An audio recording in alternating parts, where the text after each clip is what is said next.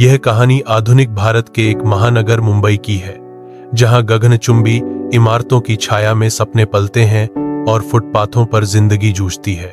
सुबह की भीड़ में लोकल ट्रेनें सीटी बजाती, सिग्नल पर कारों की कतारें लगती और उसी शोर के बीच स्टेशन के बाहर एक कोने में बैठा रहता था रामू।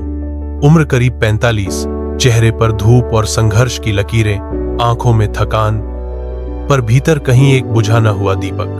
रामू भिखारी था। दिन भर हाथ फैलाकर 2 वक्त की रोटी जुटाना उसकी दिनचर्या थी। लोग उसे देखते, कुछ सिक्के डालते, कुछ नजरें चुरा लेते। कभी कोई बच्चा उसे देखकर मां का हाथ खींचता, मां, ये अंकल क्यों ऐसे बैठे हैं? मां जवाब देती, पढ़ाई नहीं की होगी। रामू सुन लेता, मुस्कुरा देता और मन ही मन सोचता, काश सबको पता होता रामू कभी भिखारी बनने का सपना लेकर नहीं आया था। गांव में वह स्कूल जाता था, पढ़ाई में ठीक ठाक था। पिता किसान थे, मां गृहिणी। सूखा पड़ा, कर्ज बढ़ा, पिता बीमार पड़े। रामू शहर आया था काम की तलाश में, पर किस्मत ने करवट ली। एक दुर्घटना में उसका पैर बुरी तरह जख्मी हो गया। काम छूटा, पैसे खत्म हुए और शहर ने उसे फुटपाथ पर ला पटक दिया। रात को जब शहर की रफ्तार थमती, तब रामू आसमान की ओर देखता। तारों से भरे आकाश के नीचे वह सपना देखता, एक छोटी सी चाय की दुकान का, जहां वह खुद खड़ा होकर लोगों को चाय पिलाए, किसी से हाथ न फैलाए। पर सुबह होते ही सपना टूट जाता। पेट की आग, लोगों की बेरुखी और अपनी मजबूरी उसे फिर उसी कोने में बैठा देती। उसके पहले का सच यही था, बेबस, अनदेखा और उम्मीद के सहारे जीता हुआ एक भिखारी। एक दिन बरसात तेज थी, लोग छतरियां लिए भाग रहे थे। रामू भीग रहा था। तभी एक युवक रुका।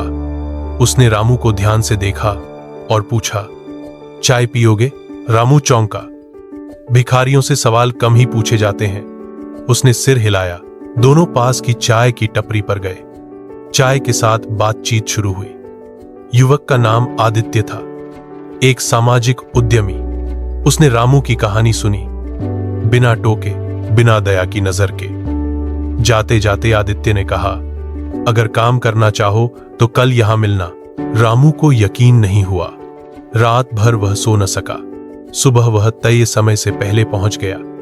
आदित्य आया और उसे एक आश्रय गृह ले गया, जहां अस्थायी काम और इलाज की व्यवस्था थी। रामू के पैर का इलाज हुआ। उसे छोटे छोटे काम सिखाए गए, चाय बनाना, हिसाब रखना, ग्राहकों से बात करना। यह आसान नहीं था। कई दिन रामू ने खुद से लड़ाई लड़ी। कभी हिम्मत टूटती, कभी पुराने जख्म दर्द करते।